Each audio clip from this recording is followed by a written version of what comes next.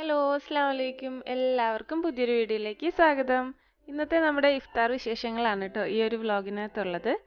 ഇന്ന് നമുക്ക് രണ്ട് ഗസ്റ്റ് ഉണ്ട് കേട്ടോ, ഫ്രാൻസിയും ഡെയ്സിയും ആണ്. രണ്ടുപേർക്കും നോമ്പാണ്. അപ്പോൾ നമ്മൾ നോമ്പ് തുറക്കാൻ വേണ്ടി വിളിച്ചിട്ടുണ്ടായിരുന്നു. അപ്പോൾ അവർക്ക് ഇഷ്ടപ്പെടാൻ ചാൻസ് ഉള്ള കുറച്ച് ഫുഡൊക്കെയാണ് നമ്മൾ ഉണ്ടാക്കിയിട്ടുള്ളത് കേട്ടോ. അതെന്തൊക്കെയാണെന്ന് നോക്കാം. വേഗം നമുക്ക് വീഡിയോയിലോട്ട് പോവാം. ആദ്യം തന്നെ ഞാൻ ജീരകക്കഞ്ഞി ഉണ്ടാക്കുകയാണ്. ഇത് നമ്മുടെ നോമ്പിൻ്റെ സ്പെഷ്യൽ ആയതുകൊണ്ട് അത് ഞാൻ ഉണ്ടാക്കിയെന്ന് മാത്രമാണ്. അതൊരു കുടിക്കോ ഇല്ലയോ എന്നൊന്നും നമുക്കറിയില്ല. അപ്പോൾ നമ്മൾ ഉണ്ടാക്കി വെച്ചു. എന്തായാലും നോമ്പാകുമ്പോൾ നമ്മുടെ വീടുകളിൽ ഉണ്ടാകുന്നതാണല്ലോ. അപ്പോൾ അതിന് വേണ്ടിയിട്ട് ഞാനവിടെ അരി കഴുകി വെച്ചിട്ടുണ്ട്. പച്ചരി കൊണ്ട് ഉണ്ടാക്കാം, അല്ലെങ്കിൽ ഇപ്പം ഞാൻ എടുത്തേക്കുന്നത് ബിരിയാണി റൈസാണ് കേട്ടോ. ഇതിലേക്ക് ഉലുവ, ആശാളി, മഞ്ഞൾപ്പൊടി, കുറച്ച് മാത്രം മല്ലിപ്പൊടി, 2 ഏലക്ക, 2 കഷ്ണം പട്ട, ഇത്രയും സാധനങ്ങൾ ഇട്ട് കൊടുത്തിട്ട് കുറച്ച് വെള്ളം കൂടി ഒഴിച്ചിട്ട് നന്നായിട്ട് മിക്സ് ചെയ്തിട്ട് എടുക്കാം. ഇനി ഇതിന് നമുക്ക് ഒരു വിസിലടുപ്പിച്ചെടുക്കണം. അപ്പോൾ ഓരോ വീട്ടിലും കഞ്ഞി വെക്കുന്നത് വ്യത്യാസം ഉണ്ടായിരിക്കും കേട്ടോ. അപ്പോൾ ഇവിടെ ഇങ്ങനെയാണ് വെക്കാറുള്ളത്. മഞ്ഞൾപ്പൊടി നമ്മുടെ കളറിന് ആവശ്യമായിട്ട് ചേർത്ത് കൊടുക്കാം. ഇനി ഇത് വെന്ത് കഴിയുമ്പോൾ നമുക്ക് തേങ്ങ അരച്ചൊഴിക്കാനുണ്ട് കേട്ടോ. അപ്പോൾ അത് വേവട്ടെ. ആ സമയത്തിൽ ഞാൻ വേറൊരു സാധനം കാണിച്ചു തരാം. ഈ പച്ചമുളകിൽ ആ ചെറിയ ചെറിയ പച്ചമുളകും പിന്നെ ഈ ഒരു നീളം മുളകിൽ ഈ 2 റെഡ് കളർ കയറിയിട്ടുള്ള ഈ 2 മുളകും ഇവിടെ ഉണ്ടായിട്ടുള്ളതാണ് കേട്ടോ. ബാക്കിയൊക്കെ നമ്മൾ പുറത്തുനിന്ന് വാങ്ങിച്ചതാണ്. അപ്പോൾ ഇതെല്ലാം ഞാൻ ഫ്രിഡ്ജിൽ നിന്ന് പുറത്തെടുത്ത് വെച്ചിട്ടുണ്ട്. നമുക്ക് ഇനി ഓരോ സാധനങ്ങൾ ഉണ്ടാക്കാനായിട്ട് ഇതെല്ലാം ആവശ്യമുണ്ട്. അപ്പോൾ ഇവിടെ പുറത്തിരിക്കട്ടെ.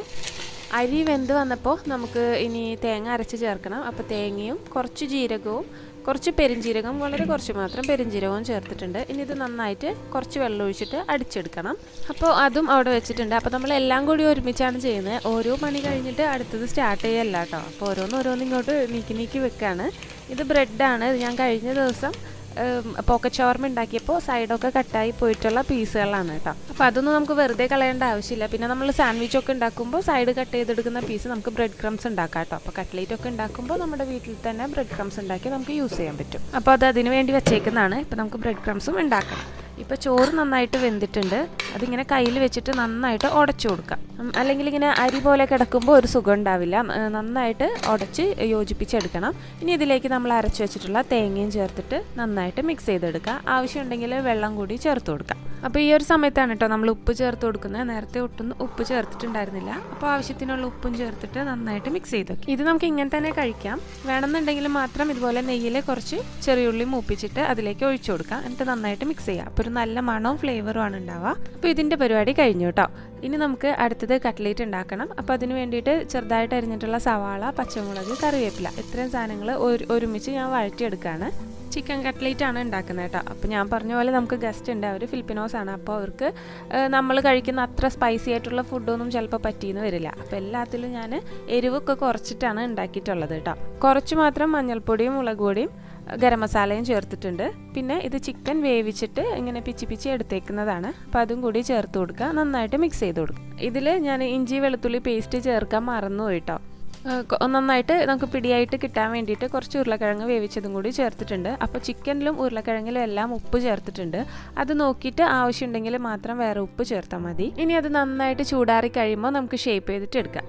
ഇത് ബ്രെഡ് ക്രംസ് നേരത്തെ കണ്ടില്ലേ, ബ്രെഡിൻ്റെ പീസസ്, അത് ഞാൻ മിക്സിയിൽ പൊടിച്ചിട്ട് പാനിലിട്ടിട്ട് ഒന്ന് ഫ്രൈ ആക്കി എടുത്തേക്കുന്നതാണ്.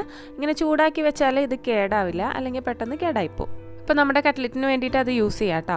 ഇനി ഇത് എഗ് പോള ഉണ്ടാക്കുന്നുണ്ട്. എഗ് പോള അവർക്ക് ഫ്രാൻസി എന്നോട് ഒരിക്കൽ പറഞ്ഞിട്ടുണ്ട് എഗ് പോള കഴിച്ചിട്ട് ഭയങ്കര ഇഷ്ടപ്പെട്ടു എന്നുള്ളത്. അപ്പോൾ അതുകൊണ്ട് ഞാൻ ഉണ്ടാക്കുന്നതാണ്. നമ്മൾ കട്ട്ലേറ്റിന് ചെയ്ത മാതിരി ഒരു ഫില്ലിംഗ് ഉണ്ടാക്കുന്നുണ്ട്. അതിൽ ചിക്കൻ ചേർത്തിട്ടില്ല, ബാക്കി എല്ലാ സാധനങ്ങളും ഉണ്ട്. പിന്നെ നമ്മൾ മുട്ട പുഴുങ്ങി വെച്ചിട്ടുണ്ട് അതിൽ ചേർക്കാൻ. പിന്നെ അതിൻ്റെ ബേസിന് വേണ്ടിയിട്ട് കുറച്ച് പാലെടുത്തിട്ടുണ്ട്. അതിലേക്ക് ഒരു 3 മുട്ട പൊട്ടിച്ചൊഴിക്കുകയാണ്. പിന്നെ ഒരു കപ്പോളം മൈദ. ഇതിപ്പോൾ കറക്റ്റ് അളവൊന്നുമല്ല, നമുക്ക് ഏകദേശം അറിയാലോ. ആ ഒരു രീതിയിലാണ് ഇപ്പോൾ ഞാൻ എടുത്തിട്ടുള്ളത്. എല്ലാം പെട്ടെന്ന് തിരക്ക് പിടിച്ച് ചെയ്യുന്നതുകൊണ്ട് കറക്റ്റായിട്ടുള്ള മെഷർമെൻറ്റോ കാര്യങ്ങളൊന്നുമില്ല. നമ്മുടെ ഒരു ഏകദേശ കണക്കിനാണ് എല്ലാം എടുത്തിട്ടുള്ളത്. ഇനി ഇതിലേക്ക് നമുക്ക് ആവശ്യത്തിനുള്ള ഉപ്പും കുറച്ച് മാത്രം ഗരം മസാലയും ചേർത്ത് കൊടുക്കുക, ഒരു ഫ്ലേവറിന് വേണ്ടിയിട്ട്. എല്ലാം കൂടി നന്നായിട്ടൊന്ന് അടിച്ചെടുത്തിട്ട് ഈ ഒരു കട്ടിയിൽ കിട്ടണം. എന്നിട്ട് നമുക്കൊരു പാനിൽ ഇതുപോലെ ഒഴിച്ചു കൊടുക്കാം. ആദ്യം ഇതിൻ്റെ പകുതി മാത്രം ഒഴിക്കുക, ഒരു ബേസ് ലെവൽ പോലെ. എന്നിട്ട് നമുക്ക് അടുപ്പത്ത് ചെറിയ തീയിൽ വെച്ചിട്ട് വേവിക്കാം. മുഴുവനായിട്ടും വെന്ത് പോകരുത്. കുറച്ച് ഇതുപോലെ അതിൻ്റെ സൈഡിൽ നിന്ന് നോക്കിയാൽ കാണാൻ പറ്റും, സൈഡൊക്കെ ചെറുതായിട്ട് കുക്കായി വന്നിട്ടുണ്ട്. അപ്പോൾ ആ ഒരു സമയത്ത് ഈ നമ്മൾ വാട്ടി വെച്ചിട്ടുള്ള സവാള ആ മിക്സ് ഉണ്ടല്ലോ, അത് അതിൻ്റെ മുകളിലോട്ട് ചേർത്ത് കൊടുക്കുക. മുട്ട പുഴുങ്ങിയതും വെച്ച് കൊടുക്കണം കേട്ടോ. ഇതേ രീതിയിൽ നമുക്ക് ചിക്കൻ പോളയും അതുപോലെ ബീഫ് പോളയും എല്ലാം ഉണ്ടാക്കിയെടുക്കാൻ പറ്റും. ഇതിൽ മുട്ട പുഴുങ്ങിയതിന് പകരമായിട്ട് നമ്മൾ ഈ ഒരു സവാളയുടെ മിക്സിലേക്ക് ചിക്കനോ ബീഫോ എന്താണ് നമുക്കിഷ്ടം അത് ചേർത്ത് കൊടുത്താൽ മതി കേട്ടോ. അടിയൊന്ന് വെന്തതിന് ശേഷം വേണം ചേർക്കാൻ, അല്ലെങ്കിൽ എല്ലാം കൂടി താഴോട്ട് പോകും. അങ്ങനെ ഇതിങ്ങനെ വെച്ചതിന് ശേഷം ബാക്കിയുള്ള മാവും കൂടി ഇതിൻ്റെ മുകളിലോട്ട് ഇങ്ങനെ ചുറ്റി എല്ലായിടത്തും എത്തുന്ന രീതിയിൽ ഒഴിച്ചു കൊടുക്കാം. ശരിക്കും ഇത്രയേ ഉള്ളൂ പരിപാടി. ഇത് കഴിഞ്ഞ് നമുക്ക് മൂടി വെച്ച് വേവിച്ചിട്ടെടുക്കാം. പക്ഷേ കാണുമ്പോൾ ഒരു ഭംഗിക്കും കൂടി വേണ്ടി അതും കൂടി ഒന്ന് സെറ്റായി കഴിഞ്ഞപ്പോൾ ചെറുതായിട്ടൊന്ന് സെറ്റായിട്ടേ ഉള്ളൂ കേട്ടോ. കുറച്ച് തക്കാളിയും ക്യാപ്സിക്കവും മല്ലിയിലയും കൂടി അതിൻ്റെ മുകളിൽ വിതറി കൊടുത്തിട്ടുണ്ട്. അപ്പോൾ കാണുമ്പോഴും നല്ല ഭംഗിയാണ്, കഴിക്കുമ്പോൾ നമുക്ക് അതിൻ്റെ പീസസും കിട്ടും. പിന്നെ നമ്മളിതിങ്ങനെ വെച്ച് കൊടുക്കുമ്പോൾ ഒരു തവി കൊണ്ട് നന്നായിട്ട് ഇങ്ങനെ പ്രസ് ചെയ്ത് കൊടുക്കുക. അപ്പോൾ ആ മാവിൽ അതെല്ലാം ഇങ്ങനെ മുങ്ങി മുങ്ങി ഒട്ടിയിരുന്നോളും, അല്ലെങ്കിൽ അത് നമ്മൾ മറിച്ചിടുമ്പോൾ ഒക്കെ വിട്ടുപോകും കേട്ടോ. എന്നിട്ട് വീണ്ടും അടച്ചു വെച്ചിട്ട് പിന്നെ വേവിക്കുമ്പോൾ നമ്മളൊരു ഫ്രൈ പാൻ ചൂടാക്കിയിട്ട് അതിൻ്റെ മുകളിലോട്ട് വെച്ചിട്ട് വേണം വേവിക്കാൻ, അല്ലെങ്കിൽ അടി പെട്ടെന്ന് കരിഞ്ഞു പോകും. അതൊന്ന് ഒരു വെളിച്ചെണ്ണ തടവിയിട്ടുള്ള ഒരു പാനിലേക്ക് മറിച്ചിട്ട് കൊടുത്തിട്ടുണ്ട്. ആ മുകൾ ഭാഗം കൂടി ഒന്ന് മൊരിഞ്ഞ് കിട്ടാനായിട്ടാണ് കേട്ടോ. അപ്പോൾ അതവിടെ റെഡി ആവട്ടെ. ആ സമയം കൊണ്ട് നമുക്കിവിടെ പോക്കറ്റ് ഷവർമ ഉണ്ടാക്കണം. അപ്പോൾ അതിന് വേണ്ടിയിട്ട് ബീഫ് ഫ്രൈ ചെയ്തെടുത്തിട്ടുള്ളതാണ്. പിന്നെ കുക്കുംബർ, തക്കാളി, ക്യാബേജ്, 2 കളറിലുള്ള ക്യാബേജ് ഉണ്ട്, പർപ്പിളും ഗ്രീനും ഉണ്ട്, അത് രണ്ടും ചേർത്തിട്ടുണ്ട്. സവാളയും ഇത്രയും കാര്യങ്ങൾ ചെറുതായിട്ട് നുറുക്കിയിട്ടിട്ടുണ്ട്. കുറച്ച് മല്ലിയില ഇട്ടിട്ടുണ്ട്. പിന്നെ അതിലേക്ക് ടൊമാറ്റോ സോസും മയണൈസും ആണ് ചേർത്ത് കൊടുക്കുന്നത്. അതിങ്ങനെ മിക്സ് ചെയ്ത് നോക്കാം. നമുക്ക് ടൊമാറ്റോ സോസ് കുറച്ച് മാത്രം ചേർത്തിട്ടുള്ളൂ, ഓൾറെഡി നമ്മൾ തക്കാളി ചേർത്തിട്ടുണ്ടല്ലോ. പിന്നെ മയണൈസും ചേർക്കാം, എന്നിട്ട് നന്നായിട്ട് മിക്സ് ചെയ്തെടുക്കാം. ഒരുപാട് മയണൈസ് കൂടിയിട്ട് ഇങ്ങനെ വെള്ളം പോലെ ആവരുത്. അപ്പോൾ നമ്മൾ കുറച്ചായിട്ട് ഇട്ടിട്ട് മിക്സ് ചെയ്ത് നോക്കാം. ആ ഒരു പരുവം കറക്റ്റ് ആണെങ്കിൽ ഇങ്ങനെ നമ്മൾ സ്റ്റോപ്പ് ചെയ്യാം. നമ്മൾ ബ്രെഡ് വെച്ചിട്ടാണ് ആ ഒരു പോക്കറ്റ്സ് റെഡിയാക്കുന്നത്. അപ്പോൾ 2 ബ്രെഡിൻ്റെ സ്ലൈസ് ഇങ്ങനെ അടക്കി വെക്കുക, എന്നിട്ടൊരു ഗ്ലാസ് വെച്ചിട്ട് ഇങ്ങനെ പ്രസ് ചെയ്ത് കൊടുക്കുക. അപ്പോൾ അതിങ്ങനെ കട്ടായി കിട്ടും. 2 സൈഡും ചെറുതായിട്ടൊന്ന് ഒട്ടിക്കിട്ടുകയും ചെയ്യും. ഇനി ഇതിനെ നമ്മൾ മുട്ടയിൽ മുക്കിയിട്ട് ബ്രെഡ് ക്രംസിൽ മുക്കിയിട്ട് ഫ്രൈ ചെയ്തെടുക്കും. അത് കഴിഞ്ഞിട്ട് നമ്മളിതിനെ കട്ട് ചെയ്ത് കൊടുത്താൽ മതി. അപ്പോൾ രണ്ടെണ്ണമായിട്ട് കിട്ടും. അപ്പോൾ നമ്മൾ ഒരെണ്ണം ഉണ്ടാക്കിയാൽ നമുക്കതിൽ നിന്ന് 2 പോക്കറ്റ് ഷവർമ ഉണ്ടാക്കാൻ പറ്റും കേട്ടോ. ഇങ്ങനെ തുറന്ന് വരും. ഇതിൽ നമ്മൾ ഫില്ലിങ് നിറച്ചാൽ മതി. അപ്പോൾ ലാസ്റ്റാണ് ഇനി ഇതിൽ ഫില്ലിങ് വെച്ച് കൊടുക്കുന്നത് കേട്ടോ. അപ്പോൾ നമ്മുടെ എഗ് പോള ഇവിടെ റെഡി ആയിട്ടുണ്ട്. നല്ല അടിപൊളിയായിട്ട് പൊട്ടിയൊന്നും പോവാണ്ട് കറക്റ്റായിട്ട് വെന്ത് കിട്ടിയിട്ടുണ്ട്. ഇനി ഇത് നമുക്ക് കട്ട് ചെയ്ത് വെച്ചാൽ മതി. അത് ആ ഒരു നേരത്തെ ചെയ്യുന്നുള്ളൂ കേട്ടോ. ഇപ്പോൾ ഇങ്ങനെ എല്ലാ സാധനങ്ങളും റെഡിയാക്കി വെക്കാണ്. കട്ട്ലേറ്റും ഇവിടെ റെഡി ആയിട്ടുണ്ട്. ഇനി അത് ബ്രെഡ് ക്രംസിൽ മുക്കിയിട്ട് ഫ്രൈ ചെയ്യണം. അപ്പോൾ ഉമ്മച്ചിയാണ് ആ കട്ട്ലേറ്റൊക്കെ ഷേപ്പാക്കി എടുത്തിട്ടുള്ളത്. ബാക്കി എല്ലാ പണികളും കഴിഞ്ഞു. ലാസ്റ്റ് ഫ്രൂട്ട്സ് എല്ലാം കട്ട് ചെയ്ത് വെച്ചിട്ടുണ്ട്. ഇത് നമ്മുടെ കോക്കനട്ട് മിൽക്ക് പുഡിംഗ് ആണ്. നമ്മുടെ മിക്ക വീഡിയോസിലും ഇതിൻ്റെ റെസിപ്പി കാണിച്ചിട്ടുണ്ട് കേട്ടോ.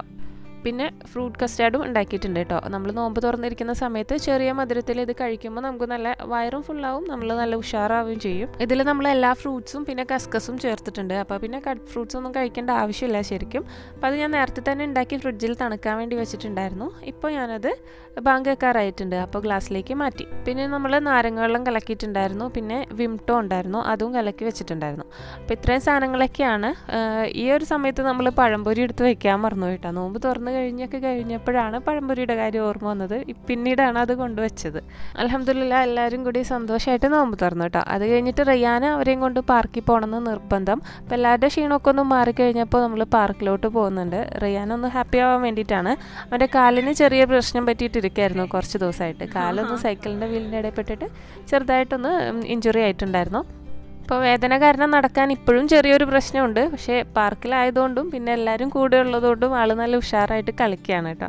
നോമ്പ് തുറന്നു കഴിഞ്ഞാൽ പിന്നെ നമ്മൾ പത്തിരിയോ അതുപോലത്തെ അപ്പങ്ങളൊന്നും ഉണ്ടാക്കിയിട്ടുണ്ടായിരുന്നില്ല. കാരണം അത് ഇവർ കഴിക്കുമോ എന്നുള്ളത് നമുക്കറിയില്ല, അവർക്കത് ഇഷ്ടമാവുമോ എന്നുള്ളത്. പിന്നെ ഈ പറഞ്ഞ പഴംപൊരിയും കട്ട്ലേറ്റും ഒക്കെ ഇവർ കഴിക്കുമെന്നുള്ളത് എനിക്കറിയാം. അപ്പോൾ അതുകൊണ്ടാണ് ഞാനത് ഉണ്ടാക്കിയിട്ടുള്ളത്. എല്ലാത്തിലും എരിവ് കുറച്ചിട്ടാണ് ഉണ്ടാക്കിയിട്ടുണ്ടായിരുന്നത് കേട്ടോ. പിന്നെ ഫ്രാൻസിൽ കഴിഞ്ഞ 4 വർഷമായിട്ട് നോമ്പ് പിടിക്കുന്ന ആളാണ്. ഇത്തവണയുണ്ട്. ഡേയ്സിക്കും നോമ്പാണ്. അപ്പോൾ അവരുടെ ഓഫ് ഡേയ്സിൽ മാത്രമേ നമുക്കിങ്ങനെ കിട്ടുള്ളൂ. ഡ്യൂട്ടി ഉള്ളപ്പോൾ ഡ്യൂട്ടിയുടെ ഇടയിൽ തന്നെയാണ് അവർ നോമ്പ് തുറക്കാറുള്ളത് കേട്ടോ.